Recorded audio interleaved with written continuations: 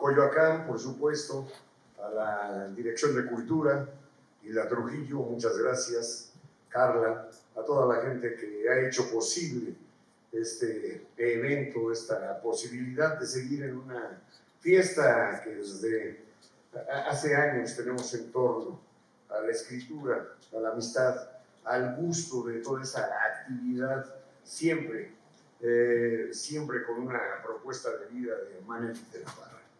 Y hoy, pues, sin duda, con varias de las personalidades, con dos personalidades, con dos personas que tienen mucho que ver en lo que es la vida cultural, la vida literaria de esta ciudad, de este país. Bueno, pues inicio, soy Víctor M. Navarro, gracias, ya me presentó la maestra Hilda. Y para mí es un verdadero placer, Manelik. Gracias y sobre todo encontrarme con gente que en diferentes caminos del trabajo cultural, artístico, literario hemos tenido acercamientos, convivencias y trabajos, proyectos. Marina Fe, me acuerdo cuando hacías teatro y estabas por allá en la Facultad de Filosofía y Letras, estabas también, no podía ser de otra manera, en el cubículo de Letras Francesas. Era sin duda una presencia entusiasmante. Alguna vez coincidimos en una película de José Buil, en varias cosas que, Ana, ¿te acuerdas? Te dije, va a haber recuerdos por ahí, Marina Fe. Bueno, ella estudió Letras Francesas, Letras Inglesas. En los últimos años se ha dedicado a apoyar, a trabajar, a estar en las revistas del feminismo que se maneja aquí, en esta ciudad, en esta academia, en este país. Y sin duda es pues un gusto, Marina, que estés con nosotros. Tus líneas de investigación son la traducción literaria, son la teoría y la crítica literaria feminista, la narrativa norteamericana del siglo XX y la narrativa norteamericana contemporánea.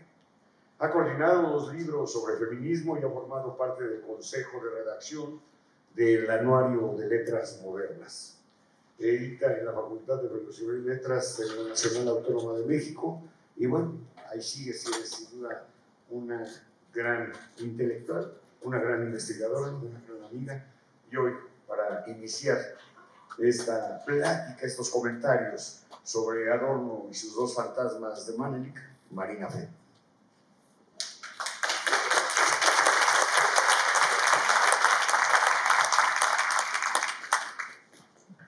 Bueno, les voy a leer algo muy light y muy breve,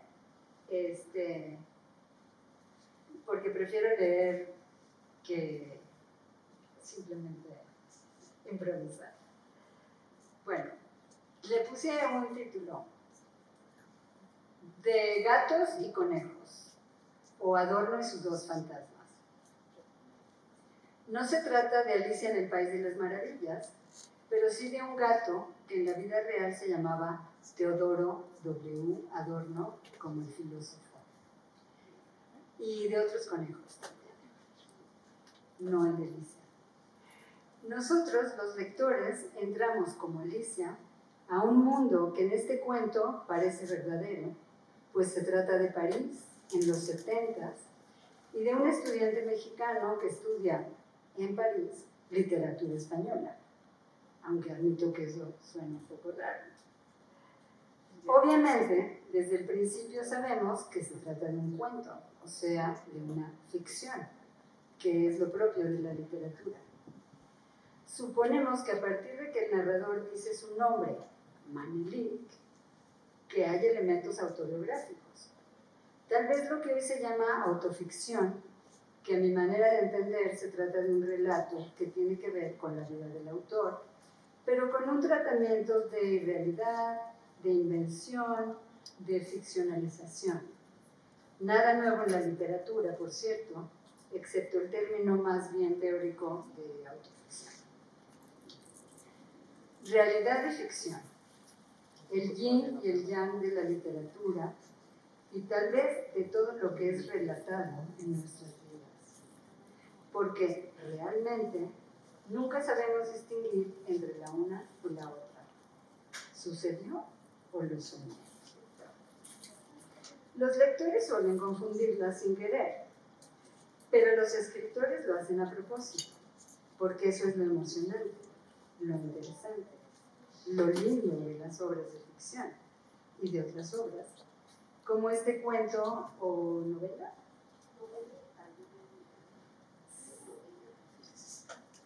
Como este cuento, novela, relato, noveleta de Mann sobre un gato, de Mann sobre un gato, pero también sobre otros animalitos y otro escritor que no es él y que nosotros sí sabemos por lo del nombre del famoso gato del título. Lo que no queda claro es si Adorno es el protagonista o si lo es el estudiante Manelik o el dueño del gato, que en realidad son dos, un hombre y una mujer, cuya identidad desconoce el mexicano, pero que sin lugar a duda son los dos fantasmas que complementan el título del libro de Mann. El chico se compromete a cuidar al gato y trata de dilucidar de quién es el piso donde tiene que quedarse cada noche hasta que los dueños regresen de donde andan. Descubre que son una pareja que ha tenido problemas conyugales porque todas las fotos tienen la cara de él cortada con tijeras. Encuentra algunos recados escritos en argentino y supone que el hombre es escritor, pero no encuentra el nombre escrito en ninguna parte, solo las iniciales JC. Dije que nosotros ya sabemos de quién se trata, en realidad. Pero el protagonista mexicano no tiene ni idea, y todo el rato se la pasa junto con su novia francesa tratando de averiguar.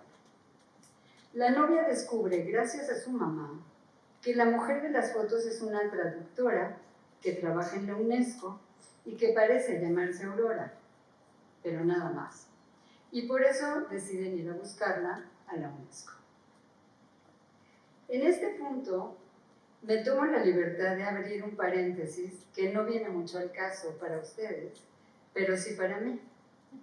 Resulta que yo también viví en París en esa época y que cuando llegué en el verano de 1974, fui a pedir trabajo como intérprete simultánea justamente a la UNESCO.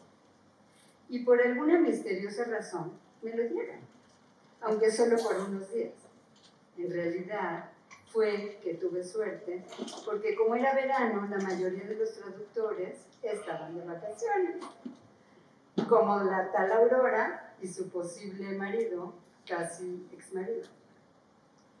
Y como al protagonista Manelik y su novia de París, cuando llegué a pedir trabajo, se me apareció un hombre de gris, bastante mayor, que me llevó a recorrer los oscuros pasillos de las entrañas del edificio para presentarme a un escritor latinoamericano muy famoso que trabajaba ahí y que yo moría por conocer.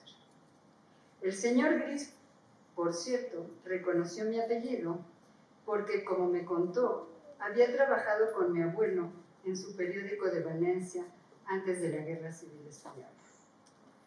¿Coincidencias de la realidad o de la ficción? En realidad yo estaba en París a causa de él, del escritor, o más bien de una novela suya que le cambió la vida a una generación, Rayuela. Y quería conocer a los amigos de la maga, o más bien ser la maga, aunque solo fuera por una temporada. Sin embargo, el escritor no estaba ahí, como tampoco la esposa de ese mismo escritor, a quien fueron a buscar el mexicano y su novia francesa. Estaba, como casi todos los demás traductores, de vacaciones. Fin del paréntesis. Este paréntesis, sin embargo, explica mi sorpresa, identificación y envidia ante el relato de Mann y mis serias dudas ante lo que en realidad le sucedió a su protagonista, el estudiante. Aunque en todo caso el hombre gris de la UNESCO, sin duda, fue el mismo que yo conocí. Yo no lo encontré, pero Manelik sí. O más bien, él fue encontrado infragante en el piso de París en pleno desastre de conejitos blancos. Me refiero a Manelik el personaje, no al autor Manet, aunque este insiste en confundirnos como Proust con Marcel en otra conocida novela, En búsqueda del tiempo. Como ya mencioné a los conejitos y también a la maga de Rayuela, pues ya no hay duda posible sobre la identidad del famoso escritor que el estudiante no pudo descubrir en sus averiguaciones, a pesar de las iniciales JC por todas partes. Pero ¿y nuestro amigo Manet? ¿Sí lo conoció realmente? ¿O todo es parte del mundo ficcional que se inventó? Yo creo que sí, y por eso me da envidia, aunque en realidad es lo de menos.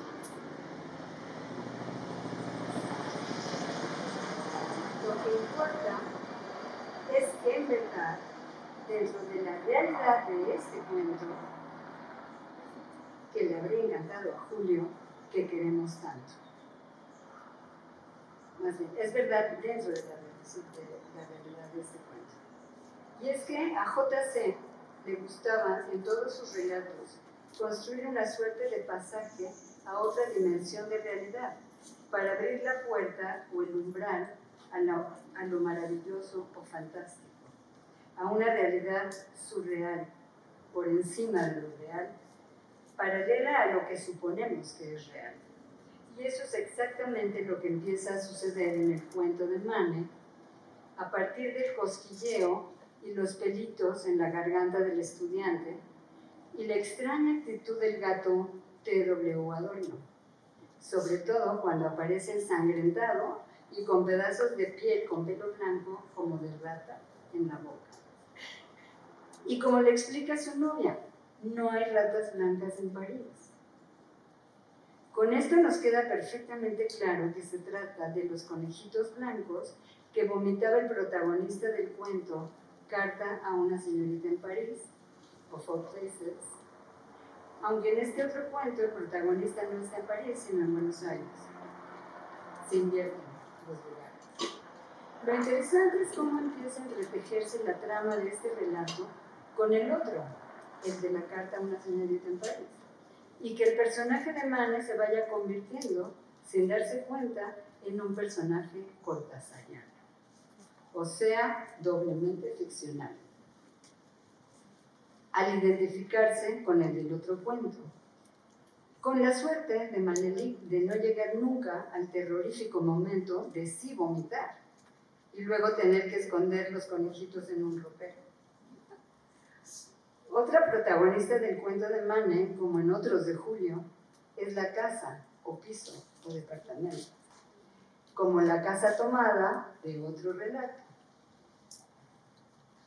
Dice el que escribe la carta en el cuento de los conejitos: yo no quería venirme a vivir a su departamento, porque me duele ingresar en un orden cerrado, construido ya hasta en las más finas mallas del aire.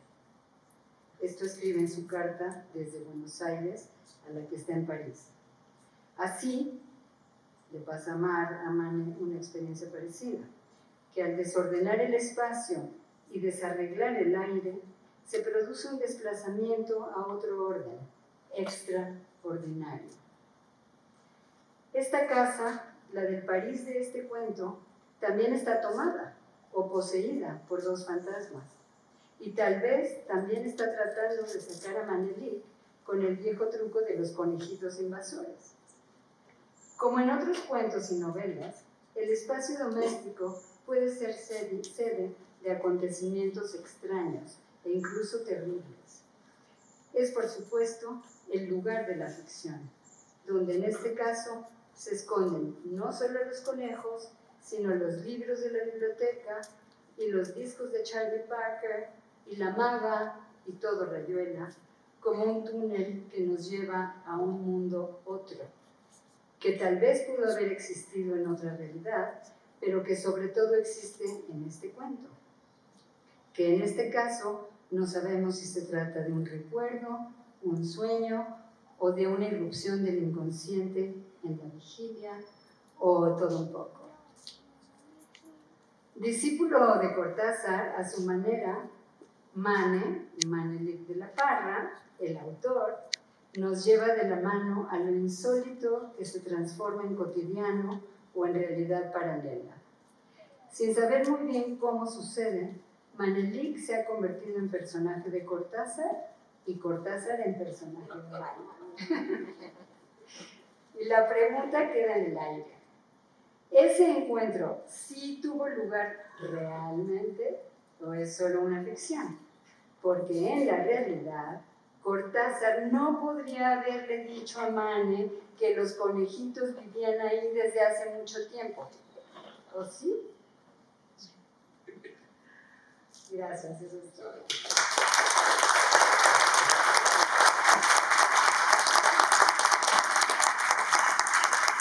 Muchas gracias, Marina Fe. Te faltaron cronopios por ahí, ¿no? Porque ya de tantos conejitos dije, ¿a qué hora salta un cronopio? ¿Verdad? Pero bien, yo creo que los conejos también tienen. Todos ellos son. Los cronopios están aquí el día de hoy, tarde de cronopios. Gracias, Marina Fe, gracias este texto por esta imaginaría de Mane, esta capacidad que tiene, lo dice por ahí el tal Víctor Navarro en la contraportada, eso de hacer ficción la realidad y la realidad ficción. Una noveleta que se le puse ahí a Ana Mari, pero bueno, en ese sentido, de esa condensación, se pasa de un cuento largo, no llega a ser una novela, entonces, pero un ejercicio literario gozoso, lúdico, inteligente y sin duda con ese amor a dos cosas fundamentales en Manelik de la Parra: el amor, el lenguaje, a la vida, y al recuperar a través del lenguaje lo que es la vida, tanto personal como con los personajes que ama. Bueno, apunte en torno a Adorno y sus dos fantasmas. Vamos con Ana Mari Gómez. Ana Mari, qué gusto, en serio. Sin duda, tu trabajo, empiezo ahora sí que de atrás, o de atrás para adelante. El Consejo de la Crónica de la Ciudad de México creo que te debe un entusiasmo, una fundación, una generación, un trabajo que se ha hecho para la Ciudad de México a través de tu presencia en este consejo, y muchos de los escritores jóvenes, de los cronistas, creo que te agradecemos esa gran presencia y esa vida en el centro histórico. Bueno, pero Ana Mari Gómez nace en la Ciudad de México. Vamos con los... No, eso me lo salté, está subrayado en rojo porque hace, no sé, 30, 40 años, no sé, no podría decirlo, no me alcanza. Bueno, realizó el bachillerato en el Colegio Madrid, tampoco digo cuándo, y la licenciatura en Letras Hispánicas en la Facultad de Filosofía y Letras de la UNAM. Después la maestría y el doctorado en Literatura Comparada en Nueva York. Además fue becaria del Centro Mexicano de Escritores. De ahí, aunque saquen deducciones, sí digo que tuvo como tutores a Juan Rulfo y a Salvador Elizondo. Ha colaborado en revistas, suplementos y periódicos, ejemplos algunos: La Universidad de México, Sábado, Siempre, El Universal y muchos periódicos y revistas más. Se le otorgó el Premio Universidad Nacional UNAM para jóvenes académicos en 1990. Es miembro del Sistema Nacional de Investigadores y del Sistema Nacional de Creadores de Arte. Ha sido invitada como investigadora a la Universidad de Georgetown y fue directora del Centro Nacional de Información y Promoción para la Literatura. Le decíamos la Coordinación de Literatura del INBA. Y bueno, ha trabajado también, por supuesto, en el Instituto Nacional de Bellas Artes. Pues, Ana Mari, un lujo de veras tenerte, y te cedemos la palabra. ¿Puedo? Que faltó decir que ella es novelista.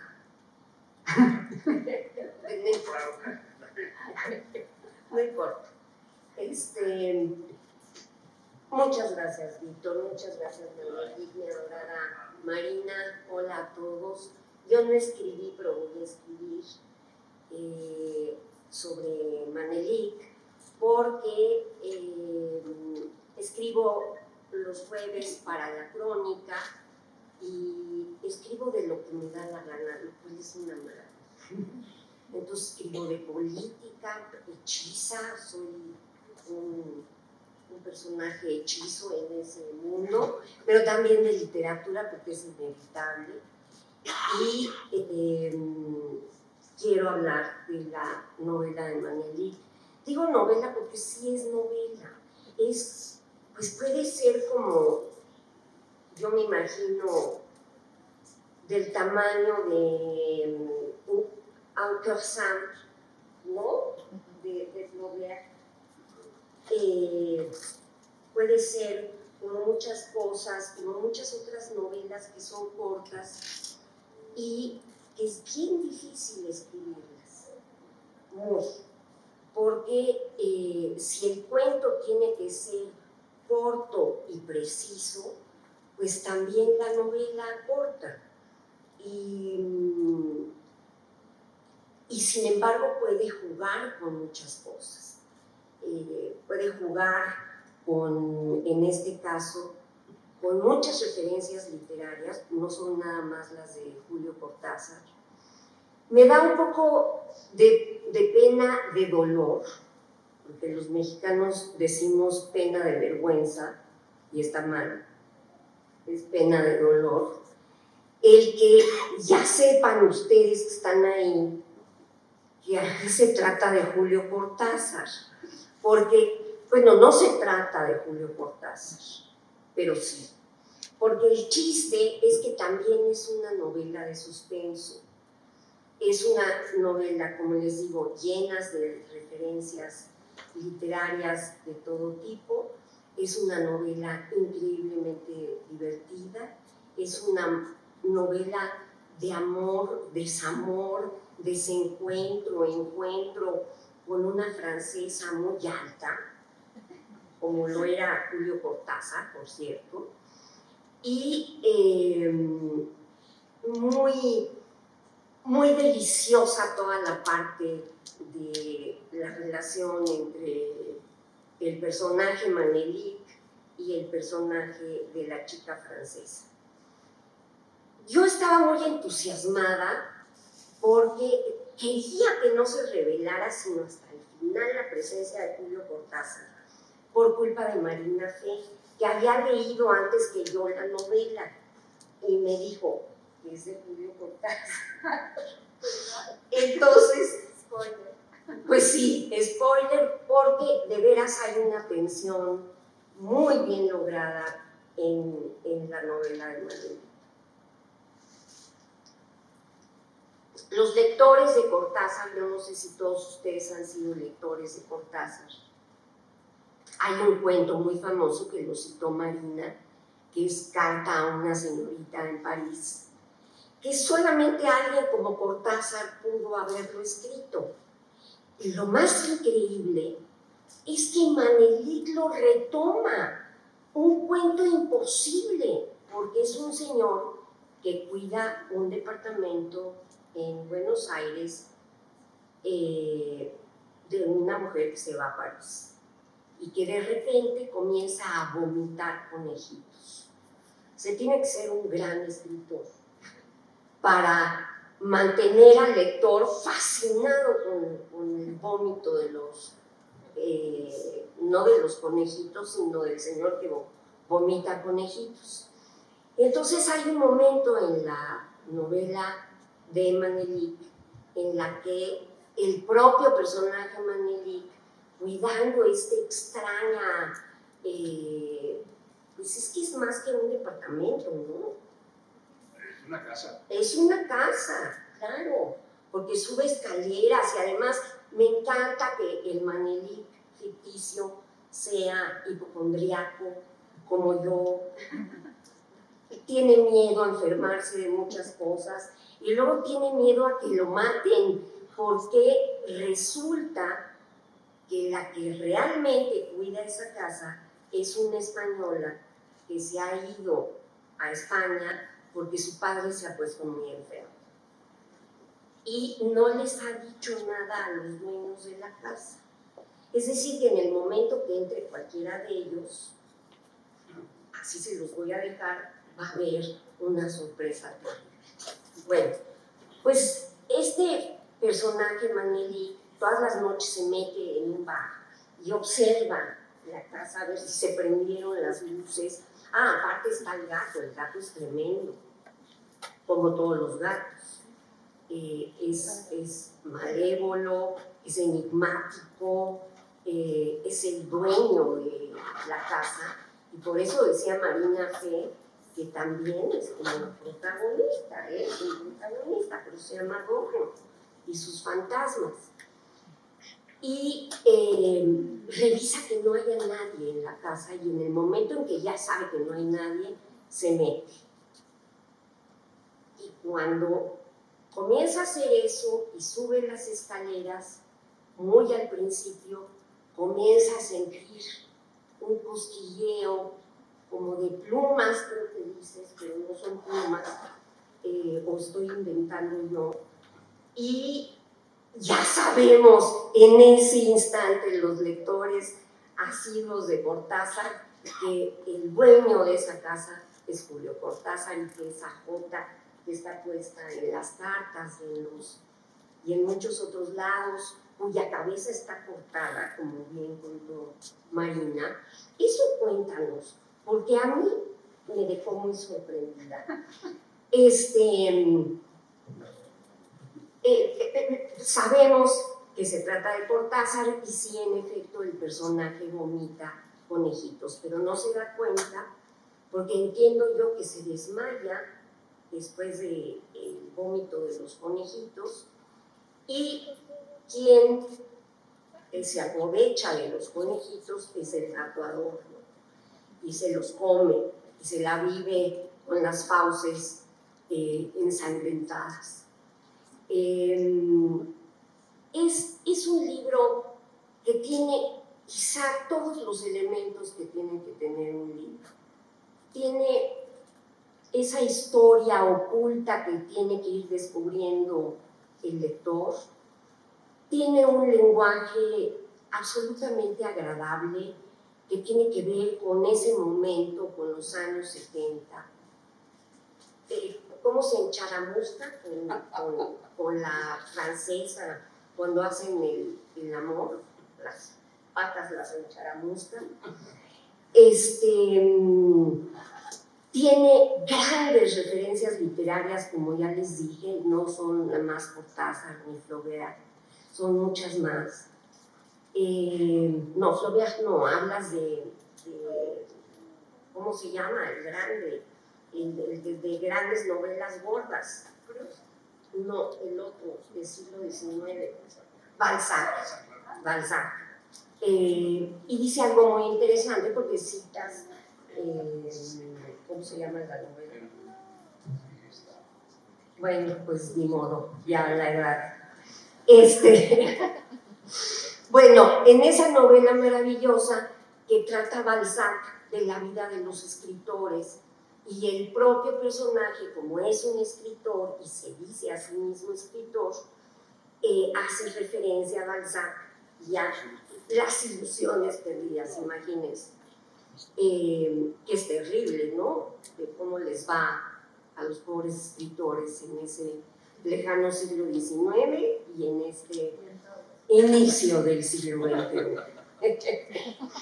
Pero estamos aquí para festejar a Manelik, para festejar una novela, como se diría en inglés, ¿no? Con dos L's, deliciosa, bien contada, bien escrita, y como dijo Marina, que me parece precioso, que hace Manelik a Cortázar su personaje, y de veras lo hace su personaje. Incluso habla al final, no se los quería decir, pero sí habla, y habla con el Manelik ficticio, en argentino, claro está,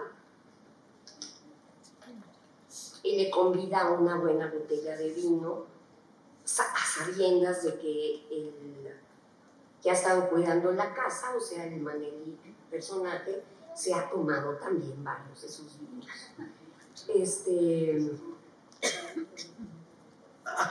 ¿Qué? No, pues varios. Luego ya te empezaste a contar los tuyos, bueno, en personal.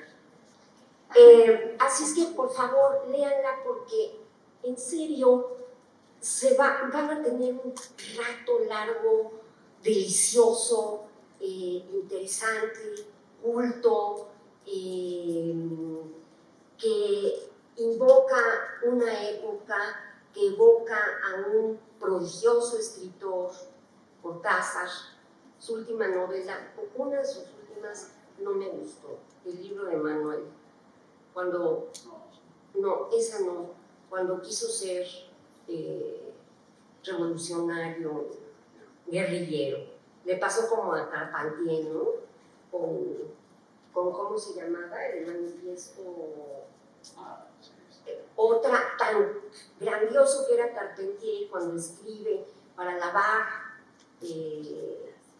a la Revolución Cubana. Perdón, yo también fui de esa época, pues no les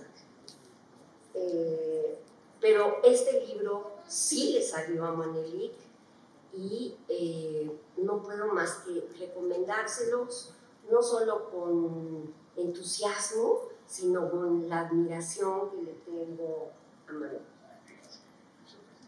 Que vimos una película tuya en Nueva York, ¿se acuerdas?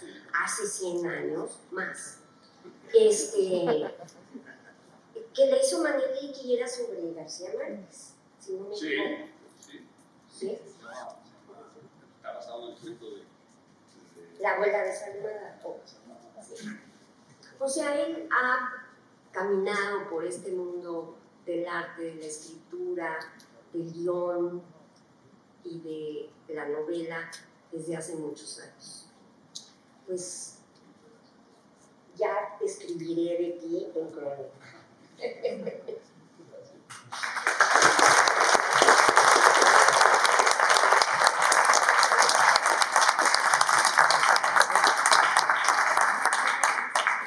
Muchas gracias, Ana María Gómez.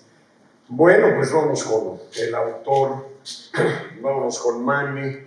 Bueno, todos ustedes van a comprar el libro, a tener el libro, está haciendo la promoción de siempre, está en un precio especialísimo, me dijo Mane hoy, para todos. Pero bueno, ahí en esa contraportada dice: el trabajo literario de Manelik de la Parra posee la cualidad de dar giros productivos que van de la prosa imbuida en el realismo mágico, como lo mostró y demostró en su libro Los vuelos del deseo, novela finalista del Premio Literario Novedades Diana 1987, a la poesía. En la poesía, trabajos casi inéditos, pues solo han sido publicados en revistas de México y el extranjero, o bien en las redes sociales, plataformas digitales de difusión cultural y revistas especializadas. Adorno y sus dos fantasmas es un ejercicio de escritura que tiene que ver con la novela real, con la biografía rememorada, con esa utopía llamada el pasado personal. Hechos vividos o quizás reinventados, ahí coincido con Marina Fe, por este escritor en la capital francesa. Ya la pregunta sustancial fue: ¿cuántas botellas te tomaste antes de que llegara Cortázar? ¿Y cuántas te tomaste con Cortázar? Quisiera saber cómo quedó la cava de esa casa de Julio Cortázar. Supongo que les tenía. Bueno, 1988, hoy extraje de la biblioteca aquel volumen que me dedicaste, Manelik, el 10 de noviembre de 1988, de Los vuelos del deseo. Estábamos en Querétaro, hicimos programas de radio, de televisión, entrevistas en la prensa, y bueno, de ahí partió esta amistad con un programa que hicimos en radio y televisión queretana, y de ahí para acá ha habido mucha amistad, mucho trabajo, mucha convivencia literaria. He conocido esa pasión de Manelik por la literatura, por la edición. Me di cuenta que era hermano de Memín Pinguín, y bueno, descubrí tantas cosas, hasta el Charrito de Oro un día salió por ahí a relucir. Brotes de la historia, de una biografía sin duda impresionante de Manelik de la Parra.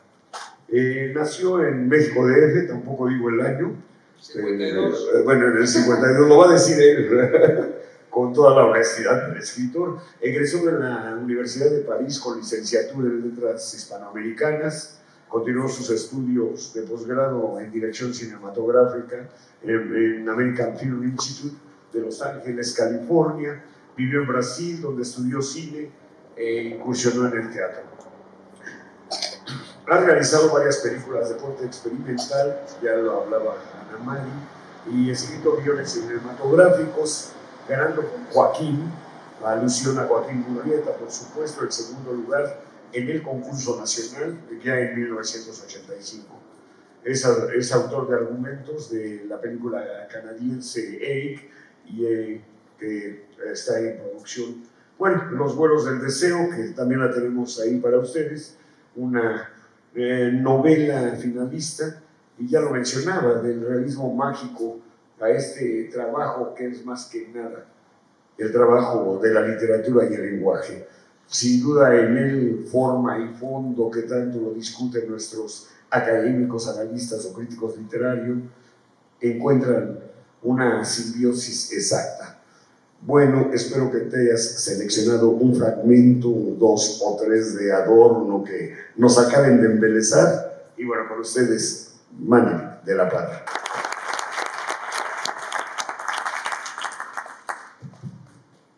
Muchas gracias, Víctor, y sobre todo estas dos maravillosas mujeres a mi lado, que tan padre hablaron de esta novela, noveleta, cuento, los géneros. No me toca. Y meterse en una discusión efímera, que si es poesía o si no es poesía. Pero bueno, eso es lo que salió. Lo que sí es cierto es que la realidad se impone a la ficción. Y les voy a decir por qué. Yo soy hijo de Yolanda Vargas Luché y Guillermo de la Parra, creadores de una palabra fantástica: continuará. Y así escribieron todas sus historias, con un continuará cada semana. Este libro es un continuará, pero mis dos adoradas amigas descubrieron el final y se impuso la realidad. Sí, es Julio Cortázar. Entonces toda la estructura de la novela, en teoría, desaparece con esta afirmación, pero no es cierto. La novela creo que tiene su fuerza.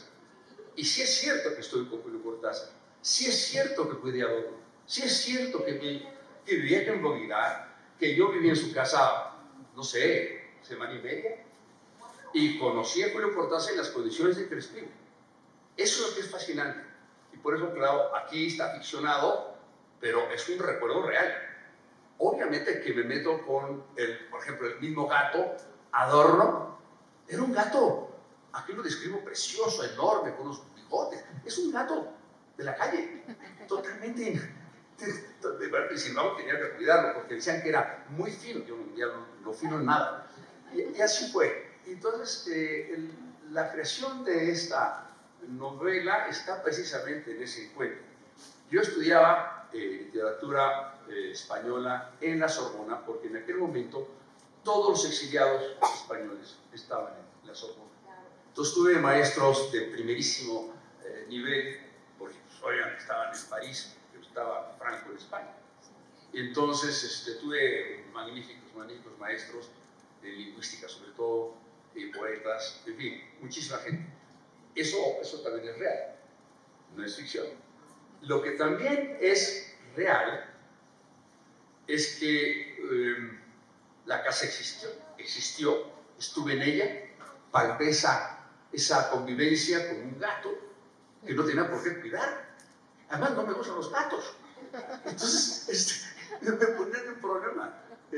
Y entonces, claro, a través del tiempo me doy cuenta de que había sido una fantástica experiencia de haber estado platicando con Julio Cortázar a las 3 de la mañana, que había llegado de Barcelona, de Buenos Aires, y llega a su casa, abre la puerta y se sube y me encuentra. Él no sabía, ¿no? ¿Quién es usted? Yo no sabía ni qué decir. porque era verdad. No sabía ni qué decía. Yo tenía, aquí en la novela, lo verán, hay una especie de miedo a que me deporten, porque ¿cómo voy a justificar mi vida en la casa de Julio Cortázar? Y tomándose su día. ¿Y haciendo qué? Cuidando un gato así, ¿cómo no? Monger. Sí, monarch, esos franceses, ¿no? Entonces, ese es el chiste de esta novela. El continuará, va a continuar. Y sale esta novela porque ya está descrito quién es. Pero se van a divertir porque ir descubriendo el personaje, esa JC, esa J. Todos los libros de Julio Cortázar, no todos, pero muchísimos libros, yo lo exagero en la novela, tenían cubiertas de borrego muy bonitas y no decía JC, nada más. Entonces yo abría el libro, a ver, AJ y en cirílico, pues un autor de allá, no sé. Entonces agarraba otro, entonces era AJC o AJ. Y veía yo que había novelas dedicadas por los grandes escritores de aquella época, del boom, Fuentes y los portugueses, ¿no? De García Márquez, de todos los tenían, pero nunca decían a él, decía, a vos sí decían, pero yo me lo callé, por eso no lo dijo. Bueno, esa hay que manejar la ficción. Y entonces la creación, lo más interesante creo yo fue la oportunidad de conocerlo, de efectivamente en esta portada, es muy interesante, es una portada hecha por Rafael Cauduro, es una fotografía de Julio Cortázar y pintado la cara de un gato, y esa la hizo Rafael Cauduro, pero los ojos son de él y vamos entendiéndonos. Julio Cortázar tiene un ojo acá y otro acá. Exacto. Era enorme su cara, tenía elefantiasis en una mano. Entonces tenía también los ojos muy alargados, muy separados. Entonces era impresionante su mirada. Y además, un teteo muy raro que tenía cuando hablaba, que decía, este no es argentino. Pues sí lo era, pero se le mezclaba todo. Un tipo fantástico. Estuve con él en 3 ocasiones después de ese encuentro a la mitad de la noche. Y fue la cosa más divertida. Ya no hablo de ello porque no está en la novela, pero fue sensacional. Pero ese encuentro de un personaje que obviamente para mí era fundamental, Cortázar, en la literatura, en el mundo, y me toca que por un pinche gato me toca conocer. Y ahí es donde empieza la historia. Y en fin, lo que yo sí quiero también subrayar es que la ficción siempre es derrotada por la realidad. Y yo he vivido eso de una manera impresionante.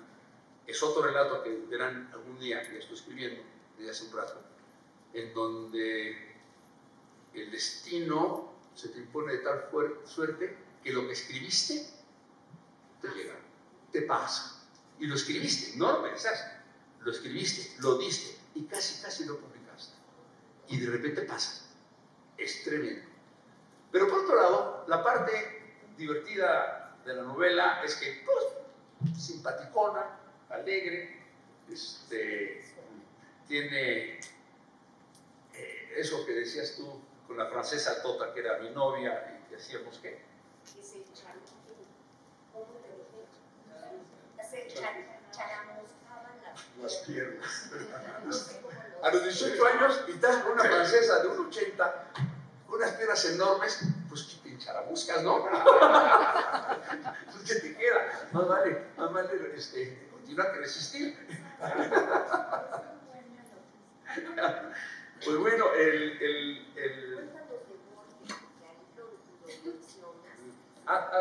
de Borges, claro. Es que sí es cierto, también es otra cosa que es cierto. Estaba yo en Madrid por no sé qué razones y entré al Hotel Palace. Estaba yo en el Palace porque tenía dinero y podía quedarme ahí. Y cuando bajo a la rotonda, que es preciosa, en el centro del hotel, veo a Borges con su bastón sentado. Y empiezo a buscar quién está. Y yo estaba buscando a la japonesa. Esa. Y la vi muy lejos, y entonces fui y me acerqué con él. Digo, maestro, soy un gran admirador de usted. Ah, muy bien. ¿Cómo se llama? Manelik de la Parra. Ah, qué extraño nombre, qué bonito. Me recuerda a los etíopes y soltó una cosa de los etíopes, pues que es verdad. Ah, sí, maestro, sí, pero yo soy mexicano. Ah, qué bien. Bueno, fíjese que soy escritor. ¿Y qué escribes? Novela. Y entonces, bueno, novela. Eso no sirve, eso es un género muerto, no sirve para nada. Escriba cuento. El cuento tiene un mundo que se cierra en sí mismo y no te deja salir. En cambio, la novela te vas a cualquier lado, mejor te vas a pasear. Fue una plática enorme, aquí la reproduzco muy poquito, pero fue también muy intensa, hasta que llegó Toda María Correa, que era una metralleta. Una metralleta. Apenas me vio, se vino, pero derechito. Como él no veía, se vino. Y dice, levante usted, no se puede estar usted. Entonces me agarra Borges. No, déjalo. Muy bonita la práctica con este mexicano etíope. y me dejó, y tuvo que alejarse porque le dijo, déjame. Así, clarísimo. Y fue una oportunidad también muy bella. Y así. Y quiero decir una cosa, que el hombre de gris de la UNESCO no es el que tú estás pensando. Era Vargas Llosa. Era Vargas Llosa que no me quiso decir el nombre real de Aurora. ¿Por qué? Porque estaban peleados y todos, había un gran desastre y Vargas Llosa estaba al trato de él. Y Vargas Llosa, yo, obviamente cuando lo vi dije, Vargas Llosa. Ya no pude decir nada porque no decir, no les puedo decir el nombre del apellido de traductor. Era al mismo tiempo traductor. Claro. De eso vivía durante mucho tiempo. Entonces, todo salpicado de gente interesante, mi vida. Y bueno, aquí están un chorro tan interesantes que son mi vida, mi familia, mis amigas, mis amigos, y el hecho de que estemos aquí alrededor de una invención y una realidad. Muchas gracias por venir.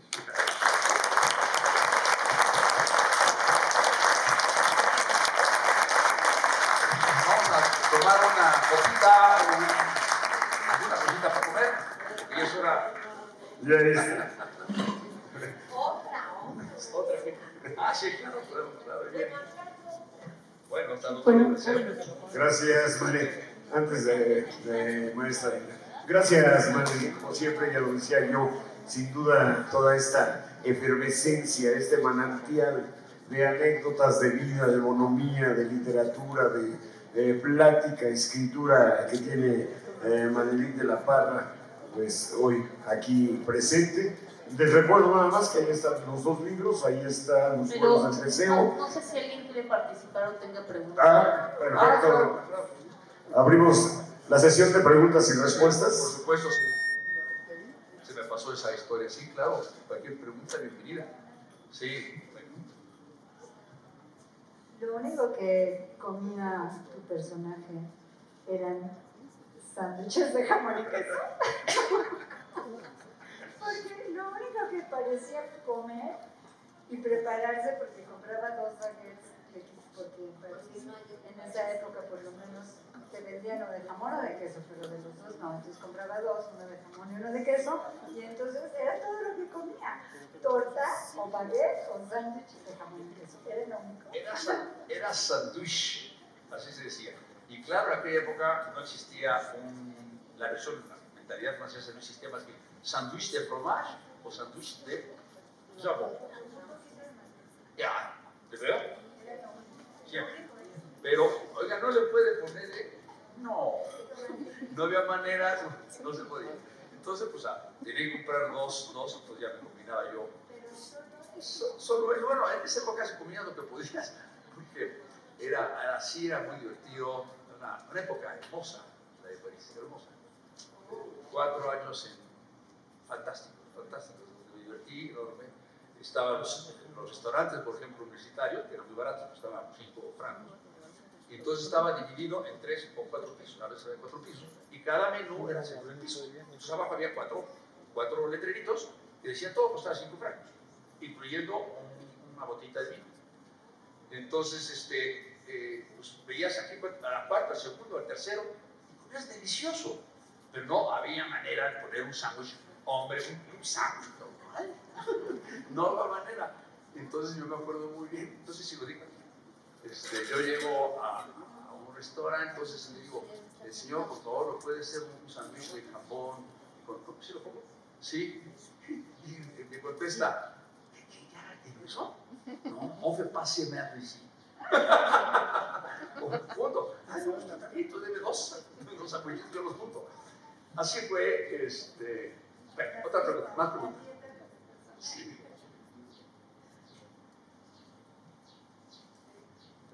Espero también otra novela de una historia que nos contaste en una reunión, en una comida, sobre tu papá, cómo empezó, cuando fue actor de extra de una película y de todo lo que siguió. Sí, con mucho gusto. Está todo ahí pendientísimo y creo que por eso hicimos esta presentación para empujarme más a escribir más rápido. Sí, Hilda, también Hilda, tan linda que nos apoyó, claro. ¿Más preguntas? Creo que César. Mane, sí. Antes que nada, ya sabes, todo mi cariño y admiración siempre. Me encantó lo que dijiste. Muchos de nosotros vivimos en esos momentos y escuchamos a cada rato que la ficción supera la realidad. Pero me encantó lo que tú dijiste. ¿Cuál es desde tu punto de vista de autor donde la realidad supera la ficción? ¿Cuál es ese momento? Pues el momento hoy fue que no hubo continuidad porque mis dos adoradas amigas dijeron el final de la novela. Más concreto no puede ser. No puede nadie. Es muy difícil presentar un libro cuando está en suspenso. Poniendo ese punto, yo creo que la realidad llega después de la ficción. ¿Llega qué? Después de la ficción, necesariamente. Primero te lo imaginaste y luego te encontraste la realidad. Si no, serías un historiador. Sí, claro, eso es cierto. Un buen punto. Otra pregunta. Gracias. Muchas gracias por lo que acaba de suceder aquí. Yo quisiera comentar rapidísimamente acerca de la ficción y la realidad. Sobre otra edición del mismo libro, con la misma maravillosa portada, pero en la parte posterior tiene un breve texto que me tocó escribir. Y voy a leer un cachito, dice: Adorno, como todo buen gato, no tiene una, sino muchas distintas vidas y distintas facetas, al igual que esta novela. La no ficción es un subgénero de la literatura narrativa y apuesta a provocar en sus participantes, autor, lector y personajes, una serie de cuestionamientos y crisis en cuanto a las relaciones que sostiene la ficción con la realidad. Por otro lado, la autoficción es la integración del discurso ficticio en el discurso autobiográfico, y esta autorreferencialidad implica la superposición de la realidad vivida sobre la realidad imaginada. Quedan ustedes, queridos lectores, muy bien acompañados junto a Monsieur Benguelit, la despistada Maribel, los Citroën, el Chablis, Balzac, Claudette, Borges, el Camposanto de Perlachis, Lapierre, Julio Cortázar y su querido gato, el peludo y escurridizo Adorno. Sí, cierto. Muy bien ese prólogo. O sea, que ahí ya se revelaba. ¿Cómo? Se revelaba al final. Sí. La portada dice un cuento real sobre Julio Cortázar. En aquel momento. Está bien. Manelik, hablando de Gershwin, Pues que veas. Gershwin escribió Un americano en París. ¿Cómo, perdón? Gershwin escribió Un americano en París. Sí. Este podría haber tenido un subtítulo de Un mexicano en París. Sí. Pues en fin, no saben qué contento estoy de ver todos mis amigos, mis familias, mis amigos, los del club, en fin, del panel, del frontón, del editorial. Aquí hay un colaborador mío de 40 y tantos años, colaborador de mis padres, el mío, Pedro Infante, que anda por ahí, su hijo también, en fin, toda una vida. Seguimos. Muy bien. Pues a nombre del señor alcalde Giovanni Gutiérrez, del gabinete, de mi equipo y el mío propio, les agradecemos haber estado en esta mañana espléndida con este diálogo maravilloso, la presentación de este libro.